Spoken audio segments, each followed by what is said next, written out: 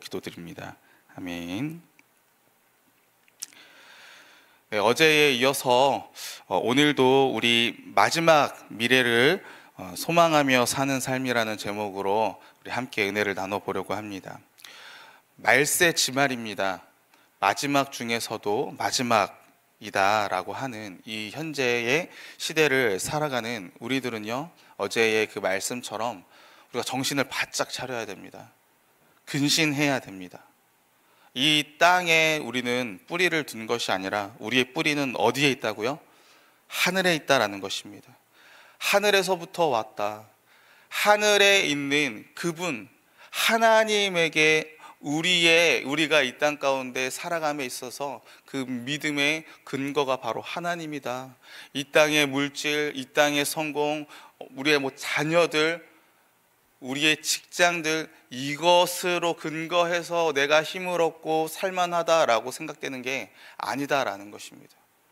하늘에 계신 하나님, 그 보좌 우편에서 우리를 위해 중보하시는 예수님, 우리의 마음 가운데, 우리의 전 인격 가운데 내주하셔서 우리로 하여금 하나님에 대한 그 마음이 충만하도록 그 능력으로 인도하시는 성령 하나님, 이 성령 하나님과 이 한 분 예수님과 아버지 하나님께서 우리와 함께하고 계시다, 내가 거기서부터 왔다라고 하는 이 믿음, 여기서부터가 우리가 이 땅을 살아감에 있어서 그 근거가 되는, 그런 희망이 되는 이러한 것으로 우리가 출발을 해야 된다는 것입니다. 이게 바로 우리의 정체성이다라는 거예요. 그런데 이 정체성을 가지고 있으면서도 불구하고 실제로 삶의 모습 가운데 이 세상에 믿지 않는 사람들과 같은, 전혀 다를 바 없는 그러한 모습으로 살아가고 있다라고 한다면요, 우리는 말뿐인 정체성인 것입니다. 말뿐인, 허울뿐인 정체성인 거예요. 이것은요, 우리가 단순히 믿지 않는 사람들과 우리를 구별할 때에 나는 예배를 드리고 있고, 나는 교회에 와서 신앙생활을 하고 있고, 믿지 않는 사람들은 신앙생활을 하고 있지 않아, 교회에 오지 않아, 예배 드리지 않아, 이런 걸로만 구별해서는 안 된다라는 것입니다. 그런 의미가 아니에요. 물론 그것도 큰 구별이 되겠죠. 하지만 우리는요, 그냥 신앙생활을 하는 게 아닙니다. 신앙생활도 사람, 인본주의적 신앙생활이 있는 거예요. 믿지 않는 사람들도요, 하나님을 믿지 않는 사람들도 다 자기들만의 가지고 있는 신들이 있습니다. 예배하는 타종교 사람들도 많이 있는 거예요. 우리는 그렇게 신앙생활하고 있지 않다라는 것입니다. 세상 가운데 만들어진 그러한 종교성을 가지고 있는 그러한 모습이 아니다라는 거예요. 내 복, 내가 잘 되기 위해서, 나만을 위해서 그 믿지 않는 그 세상 하나님이 아닌 다른 신들을 감동시키고 감격시켜서 필요한 것을 얻어내는 이러한 신앙생활들, 인본주의적 신앙생활입니다. 이런 것과도 우리는 구별된다라는 것입니다. 그렇지 않다라는 거예요. 그러기에 우리가 정신을 바짝 차려야 됩니다. 우리가 정체성에 맞게 산다라는 것은 우리의 신앙의 모습 역시도 천국 시민들처럼 성경에 나왔던 그 초대교회의 그 성도들처럼 우리가 살아가야 된다라는 것입니다. 그런 의미에서 우리 기독교는요, 개인의 구원만을 말하지 않는다라고 이야기했습니다. 개인의 구원도 이야기하지만 우리는 교회 공동체로서 부름을 받았다라는 것입니다. 하나님의 나라의 확장을 위해서, 그리고 이 세상 가운데 유일한 길이고 유일한 진리이고 유일한 생명이신 이 예수님의 실체를 우리가 드러내기 위해서, 반영하기 위해서 우리가 교회로 부름받았다라는 것입니다.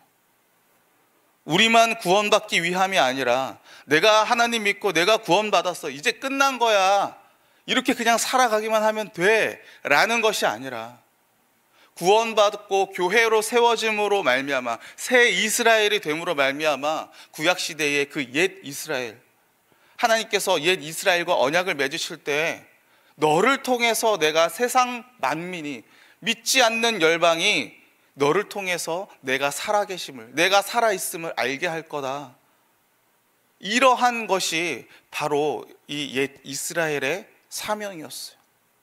제사장 나라가 될 거다라고 하는 의미가 바로 그러한 의미였습니다. 우리 역시도 마찬가지다라는 것입니다. 예수님 안에서 새 이스라엘로 우리가 하나님과 새 언약을 맺었습니다. 새로운 이스라엘 가운데 우리 교회만 구원받는 건 아니에요. 우리끼리만 구원받는 게 아니다라는 것입니다.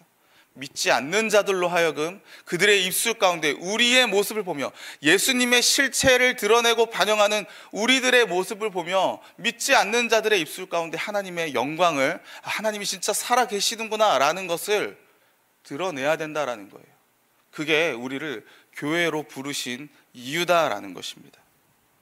그러기에 사랑하는 성도 여러분, 우리가 이것을 하기 위해서는요, 어제 말씀드렸던 것처럼 우리의 신앙생활을 그냥 개인의 구원에, 개인의 삶에 여기에만 몰두하면 안 됩니다. 우리의 사회와 우리의 문화 전반 가운데 우리 기독교적 가치관과 기독교적 세계관과 기독교적 진리와 이러한 것이 무엇인지를, 어떠한 것인지를 알려줘야 되는 거예요. 살아내야 되는 거예요. 예수 믿고 구원받으세요. 예수님에게만 유일한 소망이 있습니다. 이 복음만 우리가 이야기한다라고 해서 그것만 이야기하게 되면 믿지 않는 사람들 당연히 와서 개인주의적 신앙 가운데 예수 믿으면 잘 되겠지, 예수 믿으면 잘 먹고 잘 살겠지, 예수 믿으면 내가 구원받으면 그걸로 다겠지라고 하는 그러한 신앙으로만 가게 된다라는 것입니다. 그래서 우리가 예배만 드리는 게 아닙니다. 말씀만 읽는 게 아니에요. 기도만 하는 게 아닙니다. 성경 말씀 가운데 하나님께서 이 가운데 써놓으셨던 이 교훈들과 메시지들, 이 정신들, 이러한 것들을 우리가 살아내는 겁니다. 예배해 드리는 것보다 순종이 더 낫다라고 말씀하셨어요. 11조 하는 것보다 그 가운데 긍휼과 사랑을 베푸는 게 더 중요하다라고 말씀하셨습니다. 오늘날 한국교회 가운데 부족한 게 뭐라고요? 사회와 문화 가운데 전반적으로 기독교적인 가치와 세계관과 그러한 정신들을 전혀 반영하지 못한 게, 그래서 한국교회 가운데 힘과 권력으로만, 개인의 신앙으로만 남아있는 본질을 잃어버린 이러한 모습이라고 이야기했었잖아요. 우리가 뼈저리게 느껴야 됩니다. 그래서 어제 그 가운데 우리가 가정에서, 우리 교회부터 이 세상 가운데 그 하나님의 말씀이 들어가게끔 하기 위해서 우리 교회부터 이 세상은 살아갈 수 없는 대한 사회라는 것을 우리가 이뤄내야 된다는 거예요. 그 가운데 이야기했던 것이 무엇이었습니까? 사랑이었습니다. 사랑. 무엇보다도 뜨겁게 서로 사랑할지니 사랑은 허다한 죄를 덮느니라. 감정적인 사랑이 아니라고 이야기했습니다. 나에게 상처를 주더라도 예수 믿음 안에서 나 역시 죄인이었고 그럼에도 불구하고 내가 용서함 받았다. 은혜 가운데 어떤 공로를 하지 않았음에도 불구하고 이 죄인을 주님께서 구원하셨다. 이러한 모습으로 나 역시도 나와 함께하는 자들, 내가 싫어하지만 나에게 상처 줬지만 이 영혼도 하나님께서 사랑하시고 구원하셨기에, 하나님께서 사랑하시기에 나 역시도 이해해주고 덮어주는, 허다한 죄를 덮어주는 모습, 이게 바로 사랑이다라고 이렇게 이야기를 했습니다. 그리고 오늘 본문에서 베드로는 또 다른 형태의 사랑의 모습을 이야기를 합니다. 오늘 본문 9절 말씀입니다. 함께 읽겠습니다. 시작. 서로 대접하기를 원망 없이 하고. 대접하라 라고 하는 이러한 말입니다. 그런데 좀 말이 이상합니다. 왜냐하면 서로 대접하기를 기쁘게 해라, 서로 대접하기를 즐겨 해라, 뭐 이렇게 이야기하는 게 좀 자연스럽지 않나 싶어요. 그런데 서로 대접하기를 원망 없이 해라 라고 이렇게 이야기하고 있습니다. 그러면 이 그냥 문장만 딱 읽어보면은요, 정말로 대접하기 싫은데 억지로 하라고 하니까 그 가운데 대접하는 사람의 그 마음 가운데 부담 때문에, 원망 때문에 그 대접하라고 강제적으로 이야기하고 막 사명감 주고 책임 가운데 해라고 하니까 부담 가운데 억지로 짊어지는 이런 느낌이 좀 들기도 합니다. 그렇지 않나요? 서로 대접하기를 원망 없이 해라라고 이렇게 하는 말이요. 그런데 이때 당시에 그 1세기의 상황들을 생각을 하면은요, 좀 다른 의미로 다가옵니다. 이때 당시에 아시아에 흩어진 나그네들이었잖아요. 그렇죠? 성도들이 다 흩어졌습니다. 유대인도 있었을 것이고요. 유대인이 대부분이었을 거예요. 근데 그 가운데 유대인들 그 안에서 또 이방인들을 전도를 했겠죠. 말씀을 전했으니까. 그 가운데 모였던 이러한 장소는요, 회당도 있었지만 대부분의 예배들은 가정에서 이루어졌어요. 가정교회. 그래서 어떠한 가족 그 교회 구성원이 그 자신들의 집을 오픈을 하는 겁니다. 오픈을 하고 거기서 예배와 그리고 주의 만찬과 이러한 떡 교제들을 함께 나누는 것이죠. 그러니까 집을 오픈하고 대접도 해야 될 것입니다. 물질도 섬겨야 되는 이러한 부담들도 분명히 있을 거예요. 그런데 만약 그 지역 사회가 반기독교적이에요. 이방인이잖아요. 이방인이 왔는데 와서 주의 만찬 한다 그러고 이게 살이다 피다 이러면서 오해될 만한 이러한 일들을 하고, 또 자신들이 믿고 있는 신에 대해서 부정하고 믿지 않고 이러한 배타성을 가진 이러한 기독교인들이 와가지고 자신들의 이 지역 문화에 이런 것들을 해치고 있다라고 생각이 들면은요, 그리고 그러한 분위기 속에서 지금 자신들의 집을 오픈을 하고 있어요. 그러면 충분히 반기독교적인 사회 문화 가운데 박해가 일어나기 시작한다면 집을 오픈한 가정은 첫 번째 타겟이 될 것입니다. 목표물이 될 거예요. 불안하지 않겠습니까? 만약에 그런 사회 분위기가 있었다라고 이야기한다면 교회 공동체 안에서 아마도 이러한 회의들을 했겠죠. 순서를 돌아가면서 정한다거나, 별로 자기의 집을 오픈하기가 부담스러웠을 겁니다. 자기 목숨만 있으면 뭐 상관없겠지만, 감당할 수 있겠지만, 가족들이 있을 테니까요. 그러니까, 그러다가 만약 한 명이라도 자신의 가족들이 진짜 박해를 당해서 정말로 힘든 고통을 당하고 있었다라고 한다면요, 마음 가운데 원망이 있지 않을까요? 충분히 나올 수 있는 상황입니다. 심지어 함께하는 그 교회 공동체 가운데 평소 자신과 사이가 좋지 않은 사람이 있어요.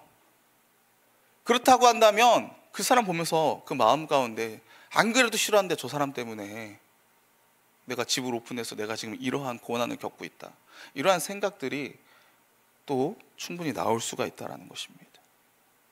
그러면 서로 대접하기를 원망 없이 해라 라고 이렇게 이야기하는 이러한 말은 어떤 의미를 가지고 있겠습니까? 목숨 걸 수 있겠는가? 피해를 감수하면서도 내 것을 나눌 수 있겠는가?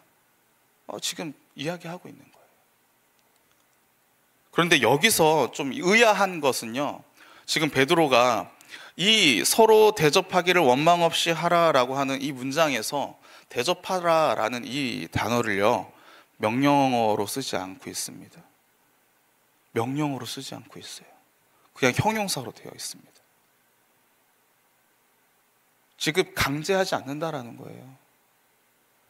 자발적인 마음 가운데, 너희들이 그렇게 살았으면 좋겠어. 나는 자발적으로 너희들이 서로 섬기고 대접하고 내 목숨을 열어서라도, 내 것을 열어서라도 그 가운데 주님을 위한 이러한 사역들을 감당했으면 좋겠어 라고 이렇게 지금 권면하고 있다는 것이, 명령하고 있지 않다라는 것입니다.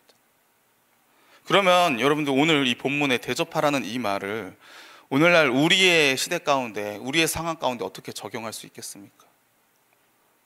이 본문을 딱 읽자마자 생각난 게 뭐였냐면요, 자신의 집을 오픈할 수 있는 문화들이 이제 사라진 우리 교회의 모습입니다. 집을 오픈하지 않아요. 작년에 신방할 때 저에게 이렇게 들려오는 소리가 왜 신방합니까? 굳이 담임 목사님, 부목사님 집을 오셔서 할 그런 이유가 있을까요? 이제 코로나 시대고 다 하지 않는데 이렇게 말씀하시는 이야기들을 제가 종종 들었어요. 물론 청소하기 힘들고 여러 가지 문제들이 힘든 거 알고 있습니다. 불편한 거 알고 있어요. 이해가 됩니다. 저도 마찬가지예요. 저도 이전에 원주에 있을 때는 우리 청년들한테, 그리고 제가 가르쳤던 학생들한테 집을 오픈해서 같이 와서 먹고 마시고 교제하고 이런 것들을 종종 했습니다. 교회 바로 뒤에 사택 아파트가 있었어요. 가까우니까. 그런데 여기 오고 나서는요, 저도 거의 오픈하지 않았어요. 부담되기도 하고 이러한 것들이 있었어요. 근데 함께하는 성도들에게 이 집을 오픈하지 않는다라는 것, 여러분들 다시 한번 생각해 봐야 됩니다. 단순히 내가 부담돼서 집 보여주기 싫어서 그런 것인가, 아니면 내 알을 드러내지 않으려고 하는 것인가, 자기를 드러내고 싶지 않다라는 것. 굳이 나의 집을 드러낸다라는 게 여러분들 어떤 의미로서는 나의 모든 것을 드러낸다라는 거거든요. 나의 삶, 나의 내면에, 내가 밖에서 보여지는 모습이 아니라 집 안에서 나의 나됨을 드러내는 것. 이런 것들을 지금 별로 교제하고 싶지 않다라는 그러한 의미도 있다라는 것입니다.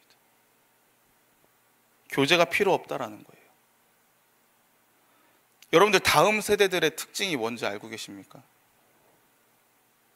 타인과 교제하는 것을 별로 필요치 않아 하고 있어요. 별로 굳이 친구 안 사귀어도 돼요. 핸드폰이 자기 친구고 온라인으로도 충분히 사람들을 만날 수 있고 굳이 사용할 필요가 없는 거예요. 저희 교회도 마찬가지입니다. 저희 교회 중고등부 학생들을 보면은요, 각자 따로 국밥이에요. 따로 놀고 있어요. 굳이 별로 친구들을 안 사귀어도 된다라고 생각을 하고 있습니다. 다 와서 핸드폰만 보고 있어요. 이 핸드폰 보고 옆에 있는 친구 한 명 정도, 굳이 친구를 사귀지 않는, 별로 외로워하지를 않습니다. 그런 친구들에게 교회 공동체 개념이야. 우리가 혼자 구원받는 게 아니라 옆에 있는 친구들과 우리 같이 구원받는 거야. 너희들 옆에 있는 친구들을 책임져야 할 그러한 사명과 의무감이 있는 거야. 이 공동체 개념 아무리 설명해도 필요치가 않는데 공감이 되겠습니까? 우리 부모 세대로서 우리 자녀들에게 어떤 모습을 보여주시고 싶으세요? 서로 대접하기를 원망하지 말라라고 하는 것. 목숨을 걸고서라도 목숨을 걸을 수 있을 만큼 교회 공동체의 그 지체들에게 서로를 향해 그만큼 사랑해라라는 것입니다. 자기를 드러내라라는 거예요. 교회 안에서도 서로 마찬가지입니다. 교회에 왔어요. 예배당에 왔어요. 근데 서로 내가 잘 알지 못하면 교제하지 않습니다. 여러분들, 우리 교회의 성도님들 100명 작년 이상이 100명 이상 되시는데 주마다 혹은 몇 개월에 한 번씩이라도 다른 분들이랑 한 명씩 다 소통하십니까? 안 하시잖아요. 그렇죠? 못 하잖아요. 나랑 색깔이 맞는 사람들, 나랑 가까운 사람들만, 소수의 사람들만 그렇게 교제하고 있는 게 사실 우리의 현실인 거죠. 서로 알지 못하면 나누지 못하는 이러한 인격적인 사랑만이 아니라 내가 당신을 모르더라도 예수로 말미암아 교회 안에서 한 가족이 맞아라고 믿고 있고 그 믿음 안에서 내가 누구에게든지 다가가서 이야기하고 나를 드러내고 함께 교제할 수 있는 이러한 모습들, 우리 교회 가운데 필요한 모습이지 않나. 이러한 모습이 생겨나게 될 때 오늘날에 잃어버린 이 한국 사회 가운데 자기 방에 갇혀서 나오지 않는, 자기 집에 갇혀서 나오지 않는 이 개인주의의 모습, 외롭지 않다라고 하지만 실상 우울증 환자들은 너무나도 많은, 누구나가 다 외로워하고 고독하고 있는 이러한 모습 가운데 우리가 보여줘야 될 이러한 대한사회이지 않겠습니까? 저와 여러분이 자기를 오픈하시기를 간절히 소원합니다. 교회에, 아니 이 교제에 목숨을 걸 정도로 지금 성경은 이야기를 하고 있어요. 그래서 우리 교회가 진정 사랑의 그러한 장이다라고 이 믿지 않는 분들이 그 모습을 보고 와서 함께하는 그러한 교회가 되기를 간절히 소원합니다. 그리고 마지막으로 우리가 이 마지막 때를 소망하면서 사는 삶은요, 각각의 은사를 받은 대로 서로 봉사하는 삶이다라는 것입니다. 오늘 10절 말씀 우리 같이 한번 읽어보겠습니다. 시작.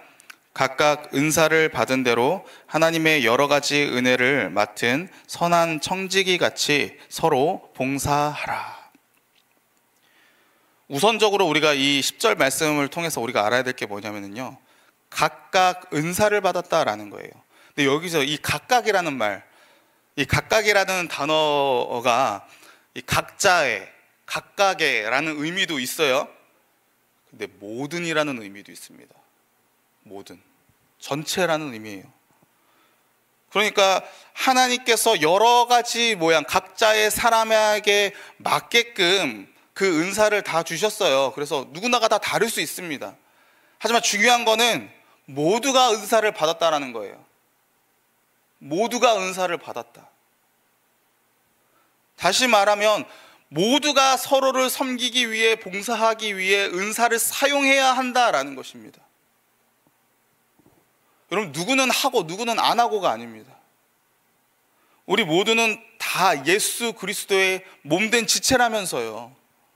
다 우리 몸 가운데 지체로 존재한다면서요. 누구는 팔이고 엄지손가락이고 검지손가락이고 다리고 다 이렇다면서요.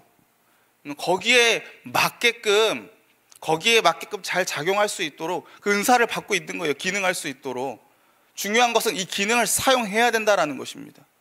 사용하지 않으면 고장난 거죠. 고장난 거. 그러니까 나는 예배 안에서 신앙생활 한다고 하면서 난 예배만 보면 돼.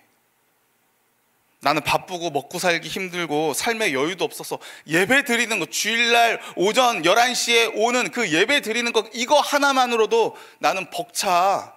그러니까 교회 일은 여유 있는 사람들이 하고 더 열정이 있는 사람들이 하고 하나님께서 쓰실 사람들이 하면 돼 라고 생각하면 된다는 거예요? 안 된다는 거예요? 안 된다는 겁니다. 안 된다는 거예요. 모두가 다 감당해야 됩니다. 모두가 다 감당을 해야 돼요. 여유 있는 사람들이 도대체 누가 있겠습니까? 하나님 위해서 감수하면서 하는 거죠. 우리 교회 성도님들은 많은 분들이 우리 교회를 위해서 열심을 내는 것 알고 있습니다. 많이 참석하시고 또 많이 역할을 하시려고 해요. 하지만 그 와중에도 안 하시는 분들도 분명히 계십니다. 열을 내지 않으세요. 권면해 주시기를 바랍니다. 독려해 주세요. 내버려 두는 게, 그게 그분들 배려하는 게 아닙니다. 그분들의 예배만 드리고 돌아가게 하는 이러한 신앙생활을 하는 모습을 가만히 냅두고 방관하고 있는 것, 그분들 우리가 챙기지 않고 있는 거예요. 하나님께서 기뻐하시지 않는다라는 맛입니다. 그렇기 때문에 우리가 권면해야 됩니다. 독려해야 됩니다. 부담을 느끼도록 해야 돼요. 그래야 그분들도 하나님 앞에서 자신들의 신앙을 되돌아보게끔 하고 그렇게 나아가야 됩니다. 그리고 또 하나 알아야 될 것은요, 이 은사는 나를 드러내기 위한 것이 아니다라는 거예요. 우리 11절 말씀 우리 함께 읽어보겠습니다. 시작. 만일 누가 말하려면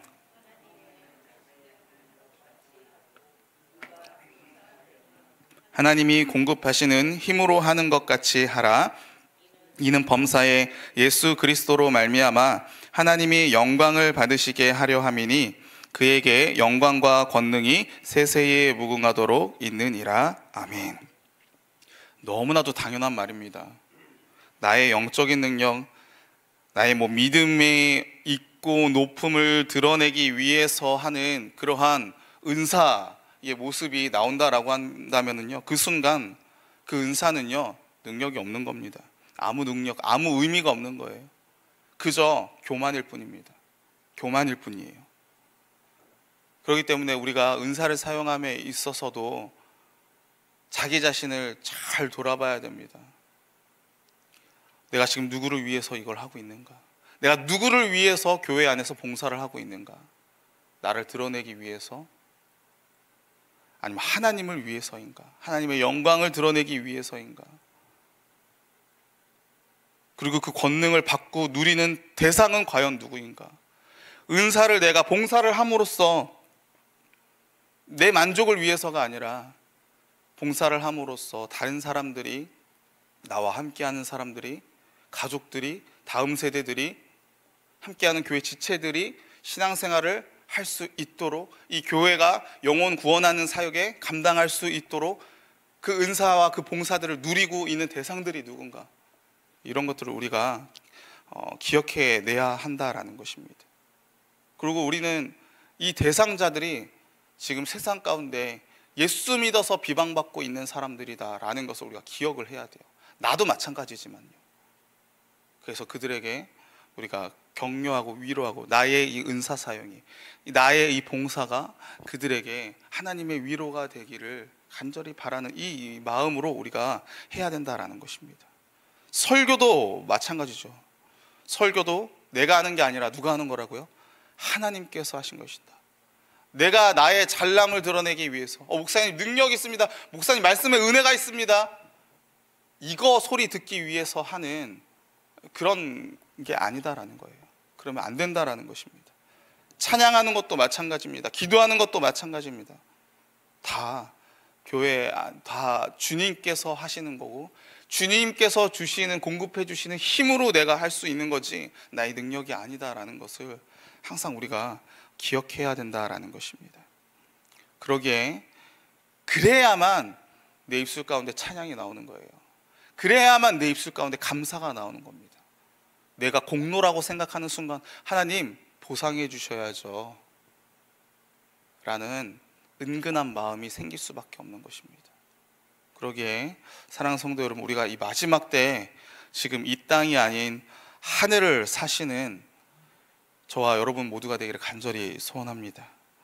그래서 정말로 이제 진짜 마지막 때다라는 것을 다시 한번 상기하셔서 내가 정신 차리고 내가 하늘에 속한 천국 시민으로서 내가 제대로 된 신앙생활을 해야 되겠다라고 이렇게 결단하시는 저와 여러분이 되기를 간절히 소원합니다. 이제는 여기 계신 분들은 당연히 아니지만 빼지 마시고